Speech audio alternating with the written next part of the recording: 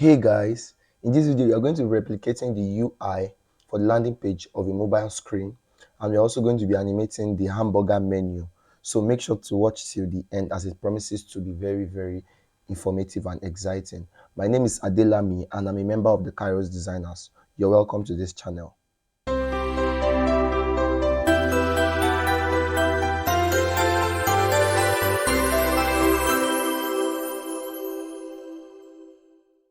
As usual, if this is your first time here, you're very much welcome. If this isn't, you're welcome back.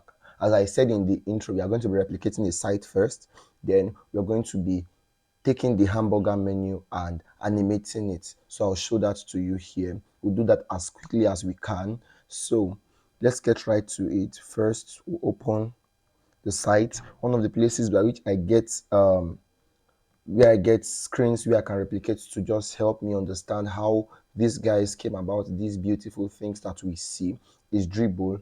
And yeah, you can just come here and copy it, copy the image, then you go to your Figma file and paste it. You paste it, so Ctrl V just to paste. Then now we don't need the desktop site, we just need for mobile. So now for the landing page, it's really nothing very complex. That's why I chose this. It's something very easy to do. So we'll take this, then I'm just trying to scale it to size so it will be easier for us to see the things that we have to pick out from here. So let's analyze this. We have this as the logo, we have a button, then we have the menu, the hamburger menu. Some people also call it the side nav bar. So we have the hero text here, then subtext. We have a form where they can enter their email address and their password. Then we have this button here as the primary button. Then we have this text here. No wait list available for download now. So for me, I'm going to be putting my hamburger menu on this side, that is my left hand side, and the logo in the center, the get started button by the right. So one thing I do before I design to help me is to put in layout grids. I just really love it. It helps me to just stay on the right path. Yes, then let me put in some margin. Let me put about 24 or 32 should be fine. Yes, something multiple of 8. I love working with that. So let's leave this as at 5. Then gutter should be 16. 16 is cool. Then now we have our, let me just take this here to pick out the color. This is nice. I'm doubting that this hero text has black. As I guessed, it's not pure black, so there's probably the secondary color, a darker shade of the secondary color, I guess. So we'll also use that for this gray. Once we lighten it up a bit, we'll get this gray. So you can also see that this background isn't pure white. It isn't pure white. Look at this color here. You can see it isn't pure white. So people really avoid using pure white, and it is generally said I don't use black on pure white for contrast purposes. I haven't made that much research on that, but I really just trust those people that have mentioned those things, as they are people that have really made impacts in my design journey, and I use it that way. So just check this. Looks good already. I'm going to be using Open Sans for this. I haven't checked the fonts that they are using here, but Open Sans should be fine. I'm not sure it's the exact one, but we just used bold and K to scale. Let's just scale and leave it at 32. Yes, Alt H to center, and I just press I on your keyboard to open the eyedropper tool. Yes, or the color picker rather. So yes, that's that for the logo. And to just make things easier, let's go immediately. Since this is a text, the easiest way to buy and sell cryptocurrency. So you can, this is centralized, and from what we have, this is our text. Alt H. Let's put 40. That would be 40 something. Yes. Let's go with this. Let's go with this. Looks like it's bolder, but yes, let's just go with this. This looks nice to me. I'll try to, let's, okay, let me make this 72. The space between this 72. I like things, especially once I'm dealing with multiples of 8. I like the spaces in between the elements to just be multiples of 8, except in certain cases. So we have that, then this. Let me just reduce the volume for the size for this, make it about 24. Okay, semi bold. Go 16. Then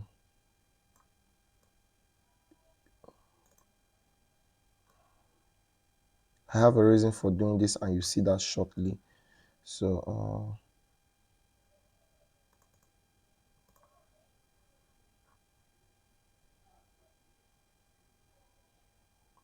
so just have this, and yes,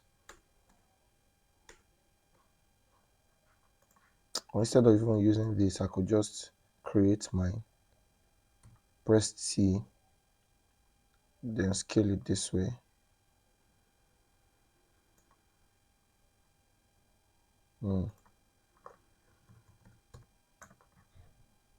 So I'll press Ctrl P, and Lorem. Lorem is a plugin I use. So if you notice, this is about 2 sentences. So let me put it here, 2 sentences, then generate. 16 looks small. Let's go with 18. Centralize it. Auto width.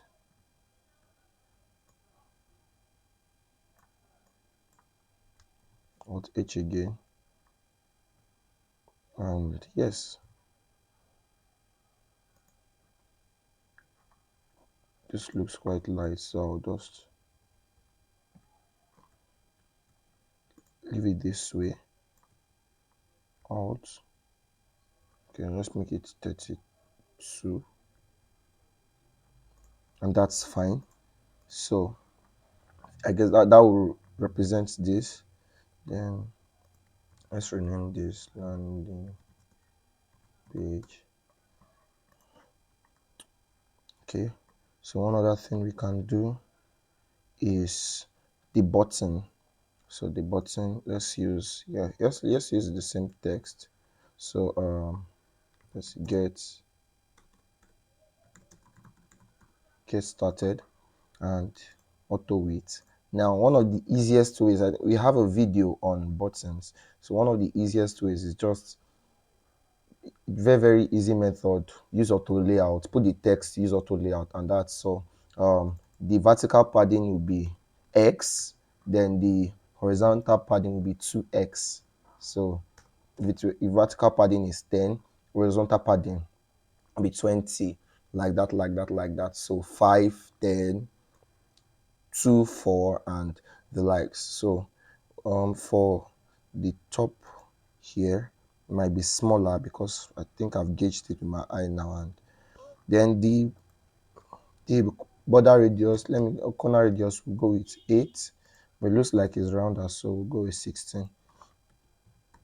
Yeah, this is really fine. This could be 1.5. 2 might be an overkill. 1.5. Then the stroke color, see already. Then the text is semi bold too, so that's fine. Text, then looks like this could be smaller. Let's go with 16. Yeah, it's just relative. So as I guessed, it's bigger. So I'll fix this, not to worry. So let's go with about 10. Then for this, we'll go with 20.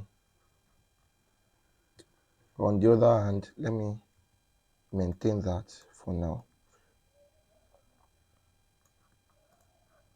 But it's really big. Yeah. Just scale it down a bit and that should do the trick. Align this horizontally. Yes, and yes. This is cool. I think it will be better for us to have it this way. Let's give it the text. Okay, let's approximate it for definite values. So we have 12. Nothing decimal or anything. Uh, that this looks nice. Then before we go into our hamburger menu, I would like us to just let me make this bolder. This, yes, that's fine. Let's make this form. So for the form, most times other people prefer to go with rectangles, but it's better to use frames because there are times where you need to prototype it, and frames are just they are better for in cases where you need to prototype, and they generally help with structure. So instead of having to use a rectangle then group everything, you can just use a frame. Then when you're done, you can just put every other thing that you need inside a particular frame. So the just you used here was 12. Let's change it to let's do it. Can we do 16? 16 is much. 8. I think we'll go with 8. Then for this one, let's go with 16. Yes. Then looks like there is a border here. You use plain white for the background. Then there is a stroke.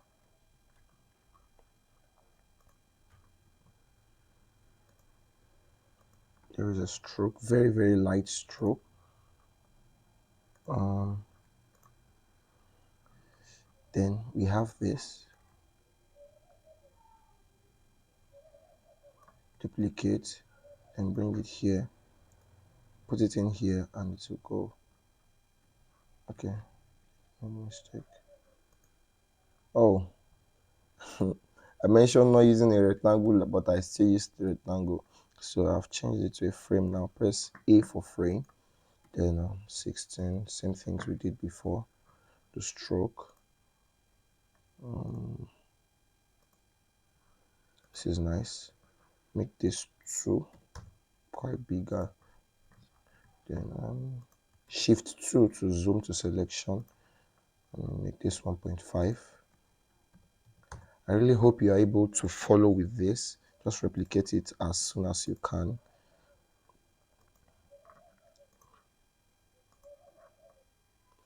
Stroke looks to be lighter. Yes. Shift G.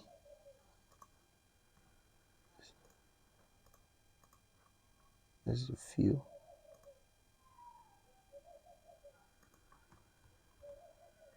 Okay. So this is cool. Let's duplicate this here. And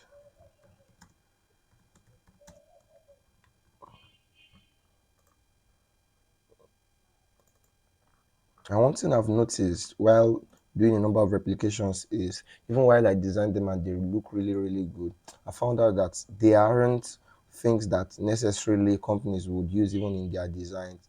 For example, all these Adidas landing pages and fashion landing pages that we see here and there, they as beautiful as they might look, most of them are only relevant for replication purposes only.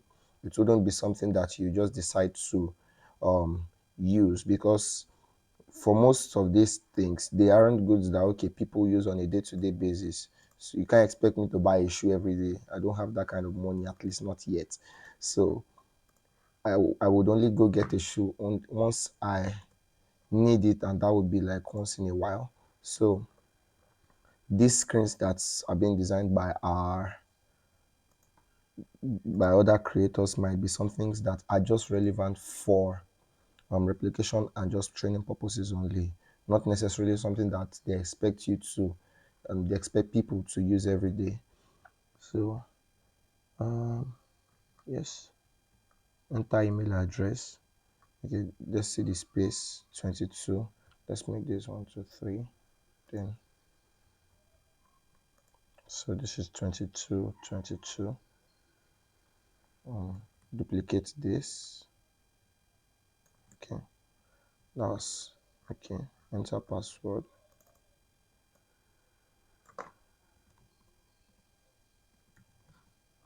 Okay, I might have made a mistake, but that's a minor mistake.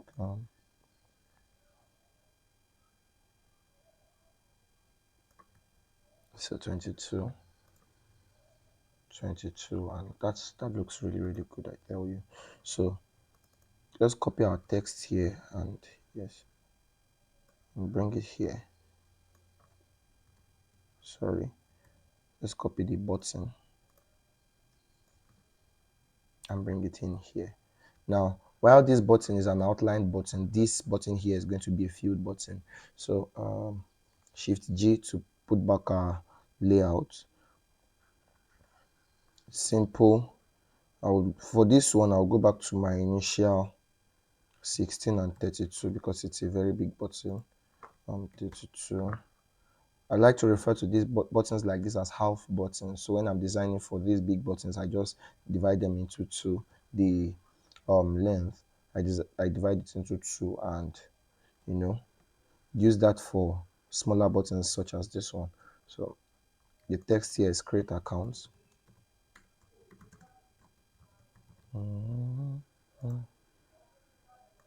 Now Alt H. I think this frame might be too big, so I'll just make it a bit smaller.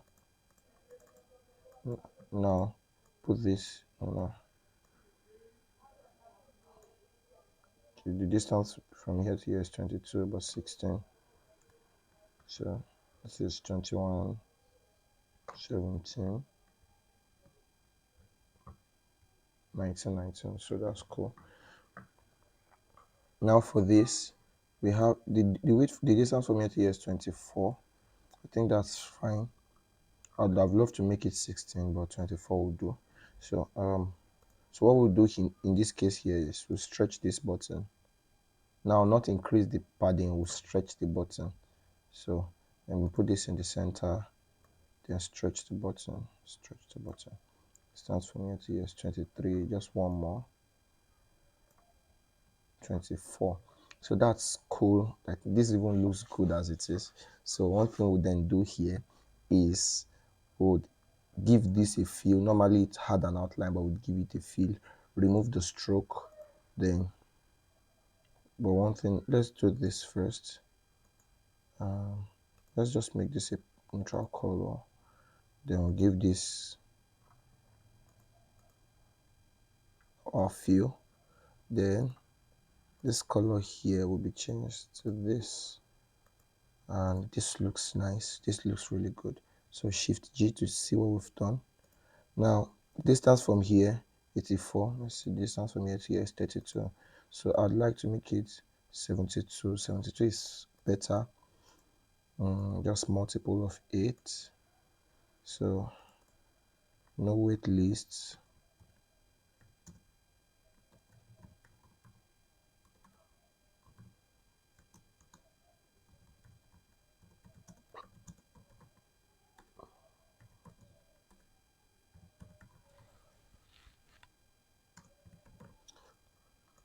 Now I'll just make that 16. Then distance from here to here 34. Let's leave it at 32. Alt H. And yes, this is nice. This looks good. But I would like to do something, just beef it up a bit, give it a bit of style. Come here, open a new tab, get waves.io. I think I've mentioned this in one of our videos before. So get waves, and let's give.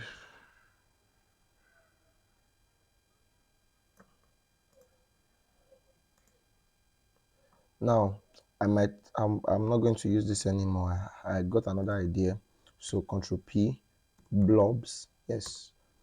So instead of using waves, you can use blobs. So all right, so my microphone died. I'll try as much as possible to follow through and guide you through the remaining parts of this section. So once the blob comes up, you can just tweak the complexity and the uniqueness to your desired shape, and you just import it. If you want to know how to install the blob plugin, it's simple. You can just check out to install remove.bg plugin to just follow the pattern, but this time for blobs. So you put in your blobs, rather your blob, into your frame, and you set the size, you add the color, you send it to back because you don't want it to block other elements. You just want it to serve as something that helps it pop. So you send it to the back and you set the opacity for better readability. So you set that to your desired one. Most of these things aren't a one-way thing or a set rule, a rule set in stone or anything. These are things that you can just tweak a little there, a little here, and most times even the best designs happen by accident. So you set the opacity for that. You set it to 10. Once you set it, you can set it to anyone you want depending on which one you're using. So you set the opacity to 10, and then we're just going to put a little something here, an ellipse to just serve as like a demarcation between the subtext and the form. So just also check for the spacing, for consistency. And once you've done that, for this section, that's all. That's basically it. So you just pick out the two rectangles that we have now. We don't need that anymore, so we delete it. And yes, that's it for this one. All right. So having designed the landing page, one thing is still missing though. We still have our hamburger icon, and we haven't also done the card over animation, which is what we are going to do right now. So something we are going to do to save time, sorry for my voice, is we are going to move to Pelicon. Pelicon is like a free community tool. Like you can see it on Figma community. You can get different icons. It's limited though. We have about 220 icons, so bold and whatnot. So you pick it. I need this, although it's for document justified, but I'm going to use that as my hamburger menu and pick this also. Then copy that and bring it here. Bring it here. So it's quite small.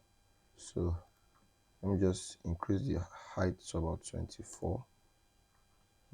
This is, I'd not like to lose the thickness of the icon, so I'll just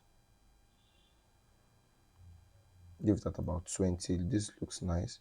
Then for this is fine already. You can just see the height. So I'll change the color of this. First detach it, then change it to my color for the document you're using. So that's blue. So then bring this here.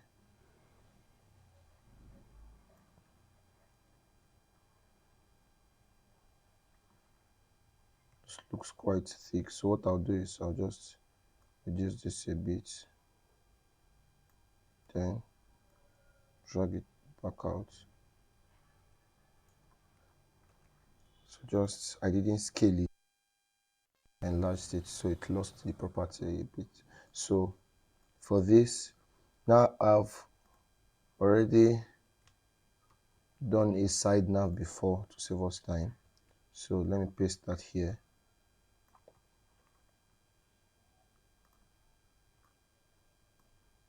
That's my side nav. So bring it out. Then just copy this and put it in here. Okay. So I would also like it to Yeah, let's just leave it as this. Now, the thing is, if this our side nav were to be on this side, or my left hand side, or your left hand side, this would have been befitting. But since it's on the right, the the hamburger menu is on the right, rather the side nav will also be on the right. So most of the things here would be on the right. So let's see, page. Let's not do it this way. So I'll just copy this, try as much as possible to bring everything to this side.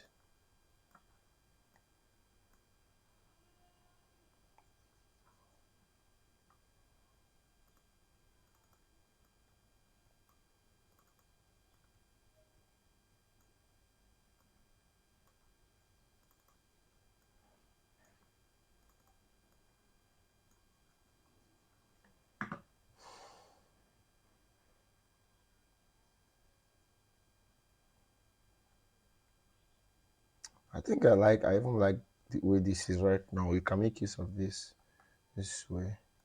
Let's bring it here.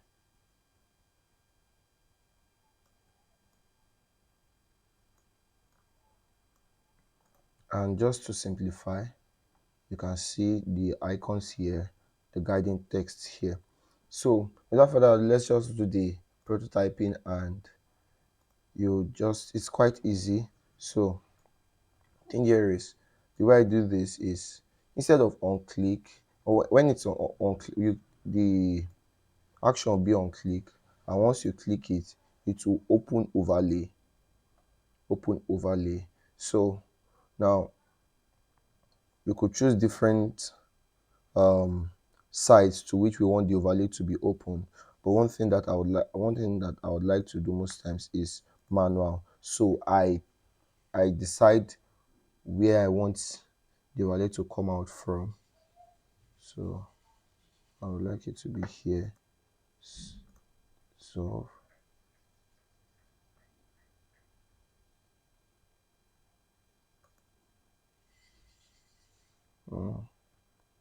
okay,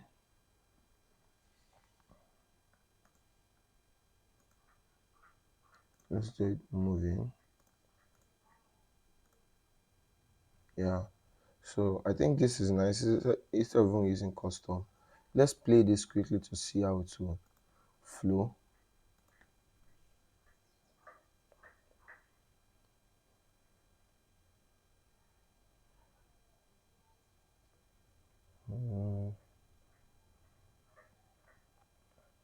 Right. So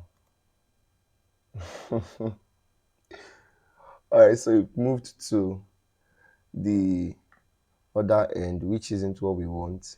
So let me go back to my custom.